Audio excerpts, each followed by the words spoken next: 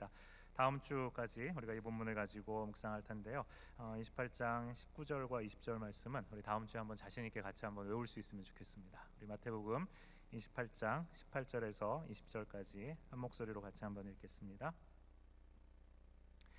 예수께서 나와 말씀하여 이르시되 하늘과 땅의 모든 권세를 내게 주셨으니 그러므로 너희는 가서 모든 민족을 제자로 삼아 아버지와 아들과 성령의 이름으로 세례를 베풀고 내가 너희에게 분부한 모든 것을 가르쳐 지키게 하라.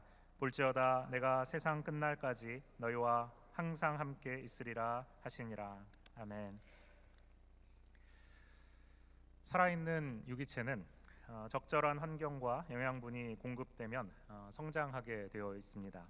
그래서 태어나는 그 순간부터 단 한순간도 같은 상태에 머무르지 않죠. 계속해서 변화합니다. 변화가 곧 성장입니다. 뿐만 아니라 모든 유기체는 자기 자신을 생육하고 그리고 또 번식하게 하는 특징을 갖죠.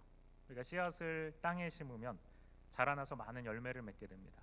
그리고 그 각각의 열매 안에 있는 또 씨들이 또 다른 생명을 낳게 되는 것이죠. 이렇게 그 씨앗들을 통해서 또한 복제가 일어나고 재생산이 무한히 반복되어지는 것입니다. 이것이 자연계의 법칙입니다. 예수님께서도 하나님 나라에 대해서 가르치시면서 바로 반복해서 이와 같은 생명체의 유기체적인 이 생장과 번식의 원리를 비유로 많이 사용하셨습니다. 여러분이 잘 아시는 마태복음 13장에 네 종류의 땅에 떨어진 씨앗 비유를 여러분 기억하시죠? 같은 씨가 서로 다른 땅에 떨어집니다. 똑같은 씨입니다. 똑같은 씨가 서로 다른 땅에 떨어져요. 길가에 떨어진 씨도 있고 돌밭에 떨어진 씨도 있고 가시 덤불 위에 떨어진 씨도 있고 또 좋은 밭에 떨어진 씨도 있습니다. 이 씨앗을 뿌린 농부는 무엇을 기대했을까요? 아마도 30배, 60배, 100배 풍성한 결실을 맺는 것을 기대했겠죠. 그런데 30배, 60배, 100배의 풍성한 결실을 맺을 수 있었던 땅은 마지막 땅인 좋은 땅뿐이었습니다. 앞에 있는 땅들은 모두 이 씨앗들이 재생산되는 것을 실패합니다. 땅에 뿌리를 내리는 것을 실패합니다. 성장하고 변화되고 열매 맺는 일에 실패하고 있는 것을 봅니다. 반면 하나님이 원하셨던 것은 바로 농부가 원하는 것은 바로 이와 같이 풍성하게 성장하고 자라나는 것입니다. 이것이 바로 예수님이 말씀하시는 영적인 원리, 하나님 나라의 원리입니다. 예수님께서는 이 땅에 네 종류의 땅에 떨어진 씨앗에 대한 비유를 말씀하셨을 뿐만 아니라 이어서 누룩에 대한 비유도 얘기하십니다. 이 반죽 속에 아주 적은 양의 누룩, 이스트를 넣게 되면 이 반죽이 부풀어 오르죠. 저희 호떡 만들 때 우리 청년 대학생들 같이 중심으로 해서 호떡 만드는데 밤에 가기 전에 호떡에다 조금 이스트를 넣어놨는데 밤새 막 이게 넘쳐버렸어요. 그래서 넘칩니다. 그만큼 적은 양의 이스트지만 그게 들어가면 부풀게 만드는 것이죠. 또 주님께서는 그것을 이어서 겨자씨에 대한 비유도 얘기하십니다. 겨자씨는 보신 적 있으세요? 굉장히 작은 씨앗입니다. 그러나 이 겨자씨는 아주 작은 것이지만 그것을 심으면 어떻게 됩니까? 겨자씨가 작은 것도 문제지만 작기도 하지만 그것이 심겨졌을 때 성장하는 폭이 엄청나게 큽니다. 성장해서 나무가 돼요. 그래서 그 나무에 공중의 새들이 와서 가지에 깃들이기도 합니다. 잘 보세요. 네 종류의 땅에 뿌려진 똑같은 씨앗들, 반죽 속에 넣은 누룩, 그리고 밭에 심은 겨자씨. 그것 자체로는 굉장히 작고 적고 보잘것없는 것입니다. 미미한 거예요. 그런데 그 하찮아 보이고 작아 보이는 것들이 결국은 변화되고 결국은 성장하고 그리고 풍성하게 되는 것입니다. 변화가 되고 성장하는 것. 이것이 바로 하나님 나라의 놀라운 특징입니다. 예수님께서 제자들을 세울 때도 마찬가지셨습니다. 예수님이 이 땅에서 사역을 마치시고 승천하시면서 오늘 우리가 읽은 이 본문 바로 11명의 제자들에게 너희는 가서 제자 삼으라. 너희가 가서 제자 삼으라. 내가 너에게 말한 모든 것 가서 지키게 해라. 가르쳐서 지키게 해라. 이 말씀 주실 때 들은 사람 11명이었습니다. 예수님이 승천하시고 나서 제자들이 함께 모여서 성령을 받을 때 그곳에 적은 무리가 모여서 하나님 앞에 기도할 뿐이었습니다. 그 적은 무리가 결국은 작은 겨자씨같이 또 누룩같이 그리고 좋은 밭에 심겨진 씨앗같이 성장하고 자라나고 풍성하게 되는 것, 그것을 우리 주님께서는 기대하셨습니다. 그게 바로 예수님을 닮는 것, 제자 되는 것, 바로 그것을 제자를 통해서 세워지는 하나님 나라의 특징입니다. 오늘 예수님께서 우리에게 기대하시는 것도 바로 이것입니다. 하나님이 우리를 구원하시는 그 구원의 은혜를 통해서 우리에게 허락하셔서 우리가 영적으로 새롭게 태어났다면, born again, 중생했다면 그 순간부터 우리는 새로운 생명으로 태어났기 때문에 그 자리에 머물러 있는 것이 아니고 성장하고 변화되어서 풍성한 삶을 살아갈 수 있기를 하나님께서는 원하시는 것입니다. 변화와 성장은 육체의 성장뿐만 아니라 생명뿐만 아니라 영적인 생명에 있어서도 똑같이 적용되어지는 것이죠. 그렇다면 예수님의 십자가의 복음을 믿고 구원받은 우리는 땅에 뿌려진 씨앗처럼, 반죽 속에 넣은 누룩처럼, 밭에 심은 겨자씨처럼 성장하고 변화되고 그리고 풍성하게 되어가고 있는가? 우리는 점점 더 퍼지고 점점 더 커지고 점점 더 풍성한 삶을 살아가고 있는가? 이 질문을 우리 스스로에게 해보아야 합니다. 몇 년 전에 저와 함께 제자훈련했던 한 형제가 제자훈련 시작할 때 이런 고백을 했습니다. 교회를 수십 년 동안 다니고 하나님의 말씀을 나름대로 공부하고 구원받았다고 확신도 했고 집사 직분을 가지고 봉사하는 그 동안에도 저는 그 모든 과정이 단지 그냥 하나의 사회생활의 일부라는 생각을 가지고 있었습니다. 그래서 매번 적당히 봉사하고 사람들과 적당히 소셜하며 시간을 때우고 그냥 둥글둥글하게 사는 것이 좋은 것이라는 우유부단한 신앙생활을 하고 있었습니다. 이 형제의 고백이,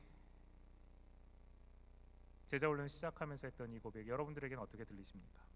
오늘 이 말씀을 듣는 여러분은 어떤 상태이십니까? 여러분 성장하고 계십니까? 여러분 변화하고 계세요? 여러분 깊어지고 있습니까? 여러분 자라가고 계세요? 풍성해지고 있으십니까? 저는 영적인 성장을 방해하는 두 가지 큰 문제가 있다라고 생각합니다.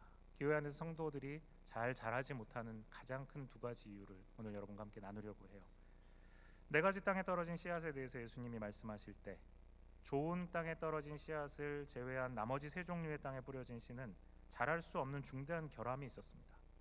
사람들이 지나가는 길가에 떨어진 씨앗은 뿌리를 채 내려보기도 전에 사람들에게 밟히거나 또는 새들이 와서 그 씨앗을 먹어버렸습니다. 돌밭에 떨어진 씨앗은 흙이 얇기 때문에 뿌리를 내린다고 해도 아주 조금밖에 못 내리고 해가 나면 금방 말라버리게 되는 거죠. 그래서 죽어버립니다. 가시떨기에 떨어진 씨앗은 뿌리도 내리고 어느 정도 자라는 것 같아 보이기도 합니다. 그렇지만 가시가 자라서 기운을 막아서 결국은 농부가 기대한 것 같은 풍성한 열매를 맺을 수 없는 그와 같은 결과를 얻게 됐죠. 여러분 이 비유를 한번 잘 생각해 보십시오. 영적으로 성장하는 것은 네 가지 밭에 떨어진 씨앗 모두가 공통적으로 가지고 있는 잠재력이었습니다. 씨앗이 문제가 아닙니다. 씨앗은 다 똑같은 놀라운 잠재력을 가지고 있습니다. 좋은 밭에 떨어진 씨앗이 30배, 60배, 100배의 결실을 맺을 수 있는 잠재력이 있었다면 나머지 좋지 않은 땅에 떨어진 새 다른 씨앗들도 마찬가지로 똑같은 잠재력은 가지고 있었어요. 그런데 이 다른 세 종류의 땅에는 이 놀라운 성장의 잠재력을 가진 이 씨앗이 자랄 수 없도록 방해하는 중요한 문제가 있었습니다. 저는 그동안 신앙생활을 하는 많은 성도들을 지켜보면서 그리고 제 자신의 신앙생활을 보면서 우리들의 영적인 성장을 방해하는데 두 가지 중대한 문제가 있다라는 것을 발견하게 된 거죠. 첫 번째는 하나님의 말씀을 충분히 섭취하지 않는 것입니다. 하나님의 말씀을 충분히 섭취하지 않아요. 두 번째는 서로를 붙들어 줄 수 있는 영적인 책임 있는 관계가 맺어지지 않는 것입니다. 하나님의 말씀을 충분히 섭취하는 것은 모든 영적인 변화의 원동력입니다. 그래서 우리가 하나님의 말씀 읽자고 같이 기도하자고 격려하는 거죠. 가장 단순한 이 원칙, 하나님의 말씀을 먹는 것, 하나님의 말씀을 섭취하는 것, 가장 단순하고 어떻게 보면 너무나도 쉬워 보이는 바로 이 한 가지를 우리가 잘 행하지 않기 때문에 수많은 성도들이 영적으로 잘 자라지 않습니다. 여러분 아시는 것처럼 3년 전에 제가 목양실을 2층으로 옮겼잖아요. 목양실을 옮기면서 난 화분 하나를 선물 받았습니다. 화분 안에 작은 컵이 하나 따라와 왔습니다. 그러면서 거기 컵에 인스트럭션이 써 있었어요. 그 작은 컵으로 일주일에 딱 한 번만, 한 소주잔처럼 이렇게 좀 작은데 원샷, 딱 일주일에 한 번만 난 화분에 물을 주면 된다는 것이었죠. 너무 간단하고 쉽고 명확한 인스트럭션이죠. 언제 물을 줘야 될까, 얼마나 줘야 될까 고민할 필요가 없는 겁니다. 일주일에 딱 한 번만 물을 주면 되는 거예요. 딱 그만큼만. 매주 화요일 아침에 교회에 나오면 저는 이 인스트럭션을 따라서 화분에 물을 주기 시작했습니다. 그리고 그게 습관이 됐어요. 그냥 단순히 그 지침을 따랐을 뿐입니다. 일주일에 한 번 물 주기. 그런데 아름답게 펴서 이제 선물 받은 그 꽃들이 다 져버리고요. 조금 지나니까 이제 대만 남았어요. 근데 그렇게 이게 살았는지 죽었는지 모르겠지만 어쨌든 꾸준히 물을 주니까 어느 때가 되니까 다시 또 꽃망울이 맺히고 또 꽃이 피기 시작하더라고요. 그렇게 꽃이 피고 지고 또 다시 꽃이 피고 지고 철을 따라 그렇게 계속해서 건강하게 잘 살아주고 있습니다. 그럼 만약에 이 화분을 키우기 위해서 고도의 정교한 기술이나 많은 시간 투자가 필요했다라고 한다면 저는 아마 처음부터 포기했을 겁니다. 제가 어릴 때부터 이렇게 크고 작은 개들과 함께 자랐어요. 강아지들. 그래서 저는 집에 개가 한 마리 있으면 좋겠다. 그래서 아내에게 강아지 한 마리 사자라고 기회 있을 때마다 조르고 졸랐습니다. 하지만 그때마다 아내는 개를 키우느니 차라리 아이를 하나 더 낳자. 그랬습니다. 근데 그러다가 이제는 이제 아이도 개도 키우기 힘든 상태가 되었죠. 강아지 한 마리 키우는 것은 사실 아기 하나 키우는 것만큼 비교할 수 없겠지만 어쨌든 많은 시간과 정성이 들어가는 결코 쉽지 않은 사실입니다. 그렇기 때문에 잘 엄두를 못 내죠. 그렇지만 제 사무실에 있는 그 난 화분에 아주 단순한 인스트럭션, 한 문장이면 따라야 될 수 있는 그 지침을 쓸 수 있는 일주일에 한 컵만 이 컵으로 물 주라. 바로 이 단순한 이 인스트럭션 하나, 너무나도 간단하고 명료한 이 인스트럭션 하나, 그게 다였죠. 그리고 그 단순한 지침을 따르게 되자 어떻게 됐습니까? 난 화분은 생명을 유지하고 자라고 반복해서 아름다운 꽃을 피워 주었습니다. 여러분, 우리의 영적인 성장을 위해서 하나님이 주신 인스트럭션이 복잡하고 어렵지 않습니다. 바로 하나님의 말씀을 정기적으로 매일 그리고 계속해서 섭취하라는 것입니다. 아주 간단한 인스트럭션이에요. 디모데후서 3장 16절 17절 말씀에 사도 바울이 디모데에게 이렇게 얘기합니다. 모든 성경은 하나님의 감동으로 된 것으로 교훈과 책망과 바르게 함과 의로 교육하기에 유익하니. 그리고 그 다음에 뭐라고 합니까? 이는 하나님의 사람으로 온전하게 하며 모든 선한 일을 행할 능력을 갖추게 하려 함이라 라고 얘기했습니다. 성경이 우리에게 주어진 이유, 하나님의 사람인 여러분과 저와 같은 하나님의 사람들로 하여금 모든 선한 일을, 우리를 온전하게 하고 모든 선한 일을 할 수 있는 능력을 주시기 위해서 바로 하나님의 말씀을 주셨다는 것입니다. 그러므로 이 하나님의 말씀을 날마다 충분히 섭취하는 것은 하나님의 사람이 된, 하나님의 자녀가 된 우리에게, 우리를 온전하게 하고 우리를 열매 맺게 할 수 있는 모든 성장과 변화의 원동력, 힘이 바로 여기에서 비롯한다는 것입니다. 하나님의 말씀 섭취. 그런데 이 단순한 원리를 실천하지 않는 사람들이 너무 많아요. 자, 여러분, 제가 난 화분 2개를 선물 받았다고 한번 생각해 보시죠. 한 화분에는 일주일에 한 번, 아까 말한 그 인스트럭션을 따라서 빠지지 않고 매일 물을 꼬박꼬박 주면서 정성껏 키웠습니다. 근데 한 화분은 어떨 때는 아예 그냥 몇 주씩 물을 주지 않고, 어떨 때는 잊어먹고 있었네, 그래서 한 바가지씩 막 퍼 부어버리고. 만약에 그렇게 한다면 어떻게 될까요? 두 화분이 똑같을까요? 전혀 다릅니다. 아마 그렇게 제대로 가꾸지 않은 화분은 아마 곧 말라 죽게 될 것입니다. 두 화분의 성장은 차이가 있을 수밖에 없죠. 마찬가지입니다. 나의 영혼에 관심을 가지고 내 영혼의 성장이 필요하고 또 나는 성장해야 된다라고 생각하는 사람들은 말씀을 날마다 충분히 섭취합니다. 말씀을 읽고 말씀을 묵상하고 말씀을 암송하는 성도는, 그래서 그 하나님의 말씀을 내 안에 쌓는 성도는 그 말씀을 통해서 교훈을 받고 또 유혹을 받고 잘못해서 죄를 범할지라도 말씀을 통해서 책망을 받고 하나님이 원하시는 다시 의로운 길로 걸어갈 수 있도록 인도함을 받습니다. 이런 과정이 계속 반복되어지면서 우리는 성장해 가는 것입니다. 그러나 자신의 영혼에 무관심한 사람은 말씀을 가까이 하지 않습니다. 말씀을 가까이 하지 않으면 결코 영적인 성장을 유지할 수 없고 잘할 수 없고 그리고 결국 풍성한 삶을 경험할 수 없는 것이죠. 첫 번째 문제입니다. 두 번째, 아주 단순한 또 하나의 문제가 있습니다. 이것은 우리가 영적으로 성장할 수 있도록 서로를 붙들어 줄 수 있는 책임 있는 관계가 우리 안에 만들어져 있지 않다는 것입니다. 다시 한번 디모데후서 3장 16절 말씀 여러분 기억해 보세요. 모든 성경은 하나님의 감동으로 된 것으로 교훈과 책망과 바르게 함과 의로 교육하기에 유익하다라고 했습니다. 이 말씀을 기억하시고 우리가 지금 읽은 마태복음 28장 19절 20절 말씀을 다시 한번 보세요.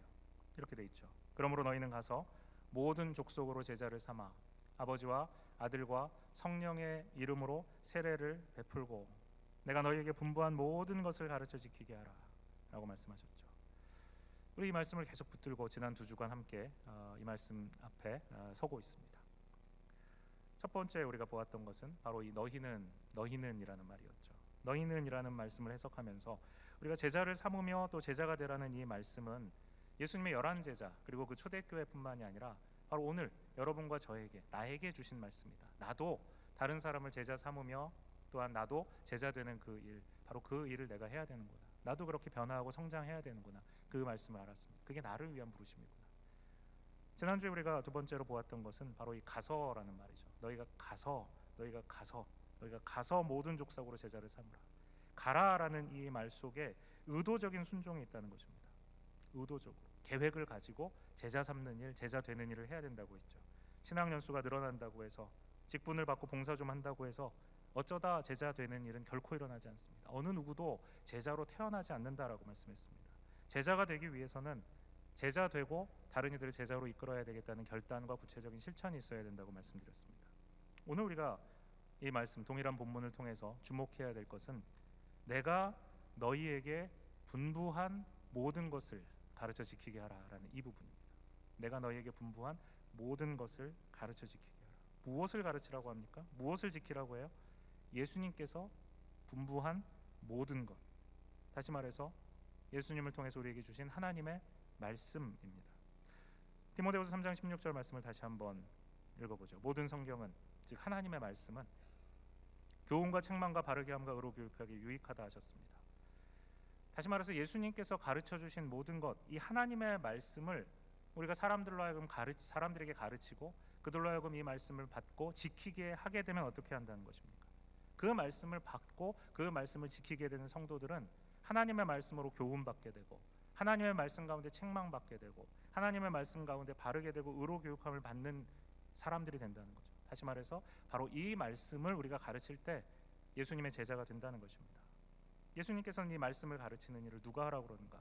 바로 너희가 예수님을 믿고 구원받은 여러분과 제가 해야 된다는 것입니다.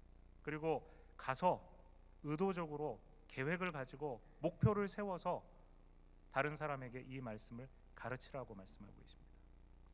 자, 그럼 이제 우리에게 드는 질문은, 우리가 해야 되는 질문은 바로 이 말씀에서 하나님의 말씀을 가르쳐 지키게 하는 이 일을 우리가 그러면 어떤 방식으로 해야 되는가? 어떻게 하는 것이 의도적이고 계획적으로 이 말씀을 모든 사람들에게 가르치게 하는 것인가 하는 것입니다. 골로새서 3장 16절에 사도 바울이 골로새 교인들에게 이렇게 얘기합니다. 그리스도의 말씀이 너희 속에 풍성히 거하여 모든 지혜로 피차 가르치며 권면하고. 피차 가르치고 권면하고. 한번 여러분 따라해 보시겠습니까? 피차 가르치고 권면하라. 피차라는 말, 이 말이 중요합니다. 그리스도의 말씀이 우리 속에 풍성히 거할 수 있게 하는 방법이 무엇인가? 다시 말해서 하나님의 말씀이 우리 속에 쌓일 수 있도록 할 수 있는 방법이 무엇인가? 사도 바울이 얘기하는 것은 뭡니까? 피차 가르치고 권면하라는 것입니다. 피차, 서로 가르치고 권면하는 것입니다. 서로 하나님의 말씀을 가르치고 권면하라는 거예요. 혼자 하나님의 말씀을 읽는 것도 유익이 있습니다. 그런데 사도 바울이 얘기하는 것은 혼자만이 아니라 서로 하나님의 말씀을 가르치라는 것입니다. 서로 그 말씀대로 살아가도록 권면하라라는 말입니다. 권면이라는 이 말은 사도 바울이 몇 가지의 의미로 쓰고 있습니다. 첫 번째는 위로하라는 말입니다. 하나님의 말씀을 가지고 서로 위로해 주라는 것입니다.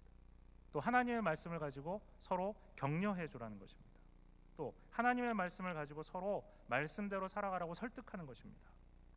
성도들이 하나님의 말씀을 서로 같이 붙들고 그 말씀으로 서로 위로하고 그 말씀으로 서로 말씀의 길에서 벗어난 자들을 설득하고 그리고 하나님의 말씀대로 살도록 서로 함께 격려하는 일, 그 일이 우리의 영적인 성장을 위해서 하나님의 말씀이 우리 속에 풍성히 거할 수 있도록 하기 위해서 대단히 중요한 일이라는 것입니다. 함께 하나님의 말씀 가운데 들어가는 거죠. 데살로니가전서 5장 11절에도 이렇게 얘기합니다. 그러므로, 앞에 쭉 사도 바울의 가르침을 가르치고, 그러므로 피차 권면하고 서로 덕을 세우기를 너희가 하는 것 같이 하라. 바울이 데살로니가 교인들에게 피차, 서로 권면하고 서로 덕을 세우라고 지금 또 이야기하는 거죠. 히브리서 3장 13절에도 이렇게 얘기합니다. 히브리서 기자가 오직 오늘이라 일컫는 동안에 매일 피차 권면하여 너희 중에 누구든지 죄의 유혹으로 완고하게 되지 않도록 하라 라고 말씀하십니다. 피차 권면할 때 매일 서로 하나님의 말씀 가운데 서로를 이끌어주고 그 말씀 가운데 거할 수 있도록 격려하고 도와주고 세워줄 때, 그때 어떤 일이 일어난다는 겁니까? 죄의 유혹에 넘어지지 않게 된다는 것입니다. 바로 이겁니다. 여러분 잘 생각해 보세요. 제자 삼는 일은 결코 성도 각자에게 개인적으로 주어진 권면이 아니라는 것이 분명합니다. 내가 영적으로 성장하는 것이 나 혼자 하나님의 말씀 앞에 그냥 서는 것으로 되어지는 것이 아니라는 것입니다. 제자를 삼고 제자가 되고 성장하는 것, 그것은 서로 성도들이 연결되어질 때 가능해진다는 것이죠. 혼자서 권면할 수 없죠. 혼자서 덕을 세울 수가 없고 혼자서 죄의 유혹을 이기기 힘들다는 것입니다. 피차 권면해야 되고 서로 덕을 세워야 되고 서로 죄의 유혹을 이길 수 있도록 도와줘야 한다는 것입니다. 그래야 우리는 예수님을 바로 배우고 예수님을 올바로 닮아갈 수 있고, 그래서 결국 예수님이 원하시는 거룩한 삶을 향해서 날마다 성장하고 변화되어서 열매 맺을 수 있게 된다는 것입니다. 그런데 문제는 교회가 너무 오랫동안 이 관계를 맺는 것을 통한 성장, 서로 가르치고 권면하고 서로 죄를 고백하고 서로 그 죄를 이길 수 있도록 기도해주고 격려하는 이 일을 하는 것을 등한시해왔다는 것입니다. 분명한 예수님의 가르침이 주어졌음에도 불구하고, 너희가 서로 연결되어 함께 이 거룩해지는 일을 하라고 하셨음에도 불구하고 가르침에 순종하는 길을 피해왔다는 것이죠. 정말 그럴까?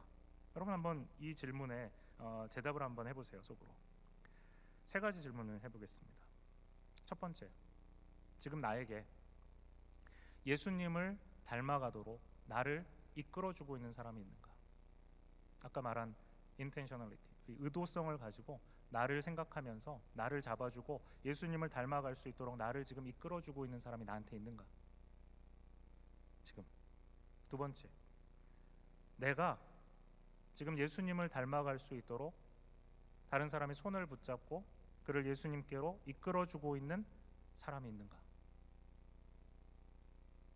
세 번째, 지금 예수님을 닮아가도록 내 곁에서 나와 함께 이 길을 걸어가고 있는 사람이 있는가? 이 세 가지 질문 여러분 생각해 보십시오. 어쩌다가 지나가면서 그냥 한번 잘 지내죠? 교회 안 나오면 왜 교회 안 나오세요? 이렇게 물어보는 정도의 수준을 말하는 것이 아닙니다. 의도적으로 계획을 가지고 변화와 성장을 목표로 이런 관계 가운데 있는 사람들이 나에게 있는가 물어보는 것입니다.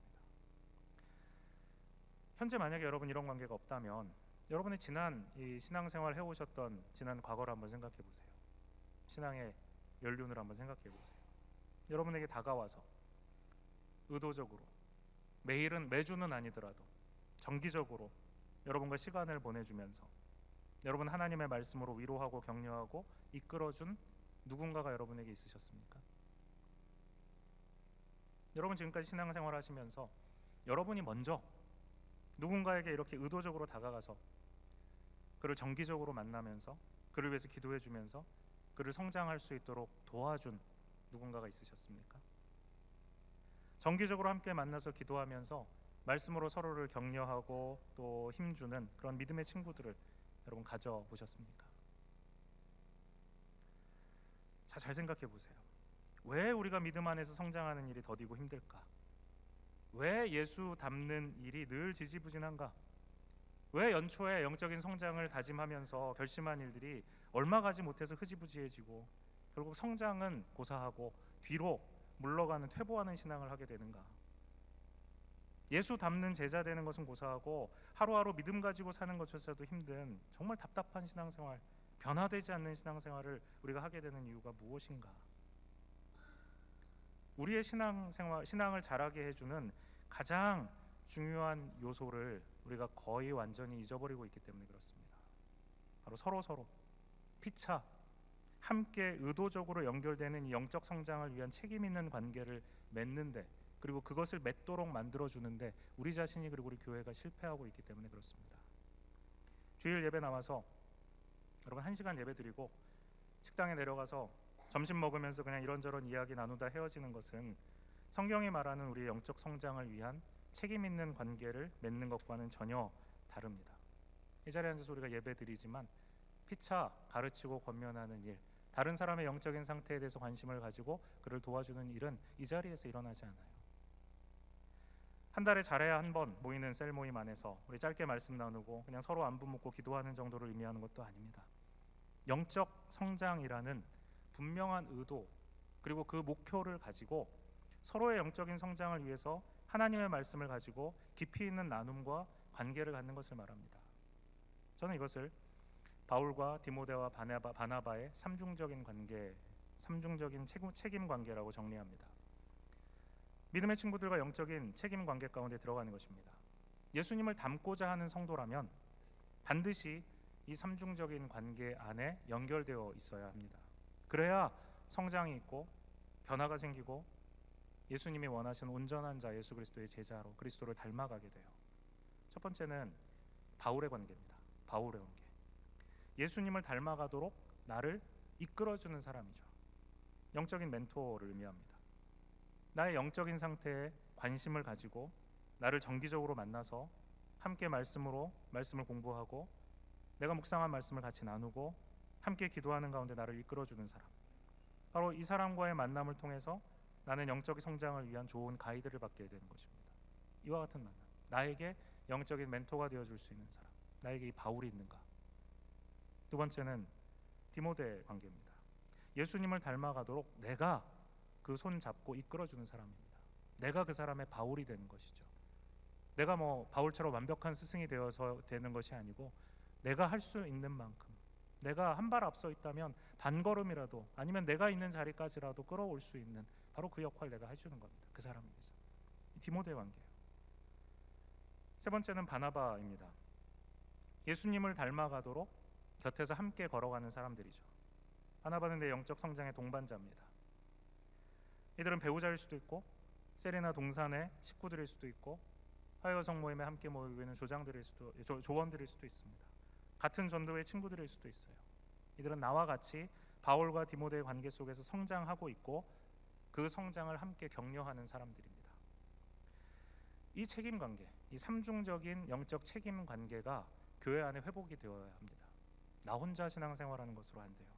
오랫동안 우리는 신앙생활을 내가 알아서 하는 것, 개인적인 것, 누구와 내 신앙의 문제를 나누는 것은 부끄러운 것, 내가 유혹 가운데 있는 것, 혹시라도 죄 가운데 있는 것, 그것을 누군가 얘기하고 함께 기도하는 것, 이것을 굉장히 부담스러운 일로 생각해 왔습니다. 이런 영적인 개인주의가 성도들의 신앙의 성장에 심각한 걸림돌이 되었습니다. 그렇다고 해서 누구에게나 그냥 막 자기의 유혹을 얘기하고 죄를 얘기할 수 있는 것이 아니죠. 바로 이 삼중적인 안전한 관계 속에 우리가 연결되어질 때 바로 이와 같은 나눔이 일어나고 주님이 원하시는 영적인 성장이 그 안에서 시작되어지고 커져가는 것입니다. 여러분, 지난 한 주간 동안 다른 성도들과 계속해서 아마 커뮤니케이션 하셨을 겁니다.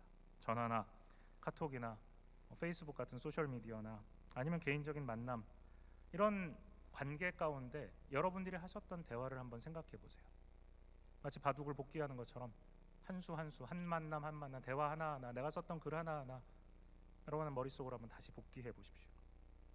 누군가와 하나님의 말씀을 묵상하고 나누고 영적인 성장을 위해서 격려하고 말씀으로 누군가를 위로하는 일, 그 일들이 여러분의 대화, 여러분의 만남을 통해서 얼마나 이루어지고 있었습니까? 그리고 그것을 우연히 지나치면서 그냥 한두 번 하는 것이 아니라 의도적으로 바울과 바나바와 디모데의 영적인 책임 관계에 있는 것처럼 그렇게 여러분 해보셨습니다. 아마 여기 계신 대부분의 성도님들은 의도적으로 그와 같은 일들을 할 수 있는 기회를 아마 갖지 못하셨을 것입니다. 이것은 여러분의 잘못만이 아닙니다. 이렇게 신앙생활을 그냥 각자 알아서 하는 것이라는 식의 세속적인 개인주의로 그런 것들을 교회 안에 끌어들여서 그대로 방치해온 교회의 잘못입니다. 제가 이 설교를 하고 이제 설교 후에 찬양을 뭘 해야 될까 생각을 고민을 하면서 찬송가를 다시 한번 이렇게 쭉 살펴봤어요. 찬송가의 이 시점이 말하는 이 화자 시점이 이 화자의 이 인칭이 거의 대부분 1인칭입니다. 내가, 나의, 나는, 나와 하나님과의 관계는 굉장히 많이 이야기하고 있어요. 그런데 서로 함께 피차 하나님의 말씀 앞에 이렇게 성장하고 자라는 것에 대한 이야기는 굉장히 찾기 힘듭니다. 무슨 얘기입니까? 아주 오랜 세월 동안, 초대교회 이후에 아주 오랜 세월 동안 우리는 이렇게 함께 주님 앞에 나아가서 함께 서로 예수 그리스도의 제자가 되도록 격려하고 주님 앞에 나아가는 일들을 굉장히 소홀히 여겨왔다는 것입니다. 그것이 하나님 앞에 우리가 30배, 60배, 100배 성장을 맺으며 그리스도의 제자가 되어가는 일을 방해받는 아주 큰 문제가 된 것입니다. 이것은 우리 주님이 원하시는 교회 모습이 아닙니다. 영적인 성장과 변화를 통해서 예수님 닮기 여러분 원하십니까?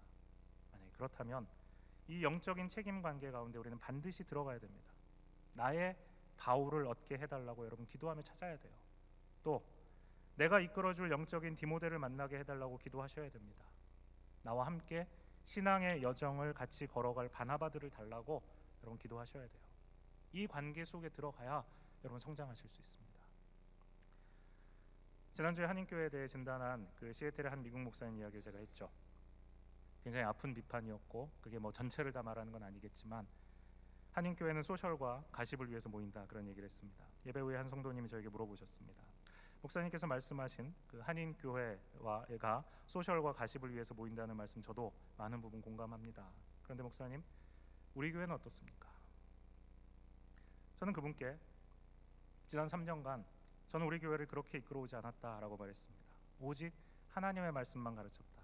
그리고 그 말씀은 우리를 소셜과 가십에만 머무는 그런 교회로 남지 않게 한다고 저는 믿는다 그렇게 말했습니다. 그런데 여러분 좀 더 정확하게 말하면요, 소셜과 가십을 위해서 모이는 것이 아니라 예수님을 배우기 위해서 또 예수님을 닮기 위해 모이는 성도들과 교회는 여러분 앞에서 가르치는 목사의 설교로만 되어지지 않습니다. 목사의 기도로만 되어지지 않아요. 설교가 중요하지 않다는 것이 아닙니다. 중요하지 않다는 것이 아닙니다. 기도가 중요하지 않다라는 것을 말하는 것이 아니에요. 이렇게 여러분 앉아서 앞에 사람 뒤통수만 보고 내려가서 밥 먹으면서 몇 마디 나누고 돌아가는 관계로는 절대로 성장과 변화가, 주님이 원하시는 성장과 변화가 일어나지 않는다는 것입니다.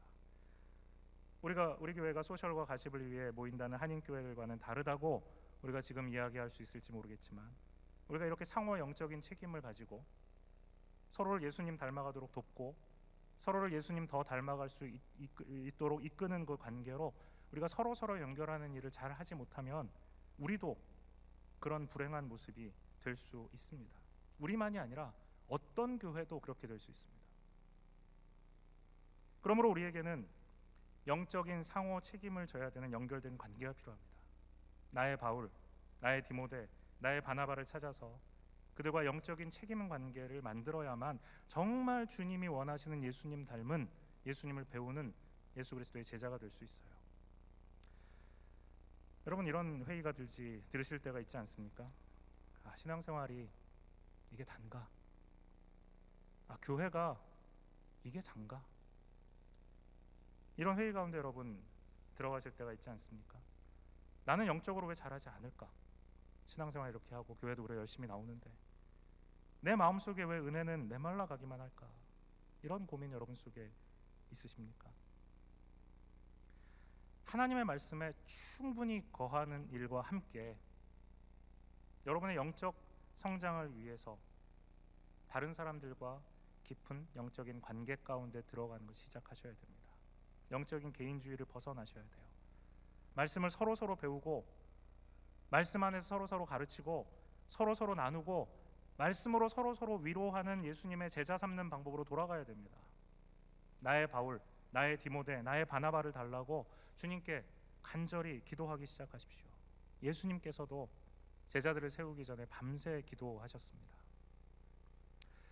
이제 다음 주가 우리 마태복음 28장 가지고 말씀을 나누는 마지막 주입니다. 다시 생각하는 제자도 이제 마지막 시간이에요. 이렇게 영적으로 서로를 책임지는 관계 속에 우리가 그러면 어떻게 들어갈 수 있을까? 우리 교회는 구체적으로 어떻게 이와 같은 영적인 책임 관계로 여러분들을 이끌 수 있을까? 그것을 여러분들께 나누려고 합니다. 그럼 그때까지 이번 한 주간 동안 나의 바울, 나의 디모데, 나의 바나바를 만나게 해달라고 함께 하나님 앞에 간절히 기도하실 수 있으면 좋겠습니다. 그래야 우리가 함께 성장할 수 있습니다. 그래야 우리가 예수님이 원하시는 그리스도의 제자의 공동체를 만들어낼 수 있습니다. 같이 한번 기도하겠습니다. 하나님, 은혜를 감사합니다.